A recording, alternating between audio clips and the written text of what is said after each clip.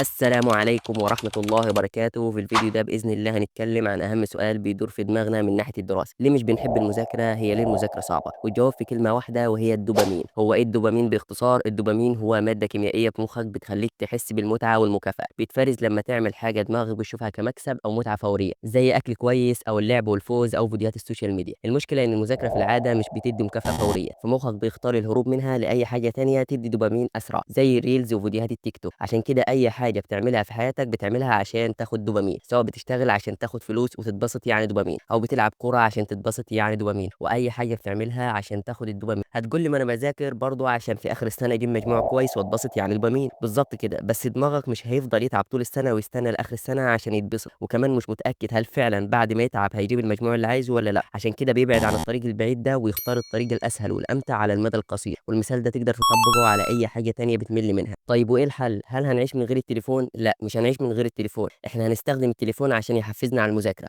لحظه واقول لك ازاي. عشان ما تحسش ان المذاكره طويله وممله، هنمشي بطريقه البومودورو، هنقسمها 25 دقيقه مذاكره وخمس دقائق راحه، وتتحدى نفسك في ال 25 دقيقه دي انك تخلص جزء معين، ولو خلصته هتعمل حاجه بتحبها في وقت الراحه. مثلا هتفتح التليفون شويه تشوف العالم حصل له إيه في ال 25 دقيقه اللي انت ذاكرت فيهم دول، او تطلع تتمشى شويه او تعمل رياضه. وبكده دماغك كل جلسه مذاكره هيكون متحمس عشان ياخد الدوبامين بعد كل جلسه. ولكن خد بالك، ممكن في وقت الراحه تمسك التليفون وتنسى ان في مذاكره اصلا، وتنشغل فيديو ورا فيديو وتضيع كل حاجه. عشان كده لازم تحمل تطبيق اسمه ستاي فري، وده تقدر تتحكم من خلاله في التليفون، وتحدد مثلا 5 دقائق بعد كل جلسه، وبعدها هيقفل لك التطبيق تلقائيا. والتطبيق ده اتكلمت عنه في فيديو افضل 7 تطبيقات للدراسه، هسيب اللينك في الوصف. والاهم من كده، ما تعملش المذاكره انها حاجه صعبه، واقنع نفسك دايما ان المذاكره اهم، ودي بترسم مستقبلك. ودايما تخيل نفسك انك لو التزمت وذاكرت هتكون مبسوط في حياتك، وده دوبامين، لانك مش هتكون مراكم ومش مهموم مش عارف هتخلص اللي وراك ازاي. لكن لما تحس بالانجاز ده في حد ذاته احسن من اي مصدر دوبامين. جرب الطرق دي وغير طريقه المذاكره. وبكده نكون وصلنا لنهايه الفيديو. اتمنى اكون قدرت افيدكم بالفيديو ده، والسلام عليكم ورحمه الله وبركاته.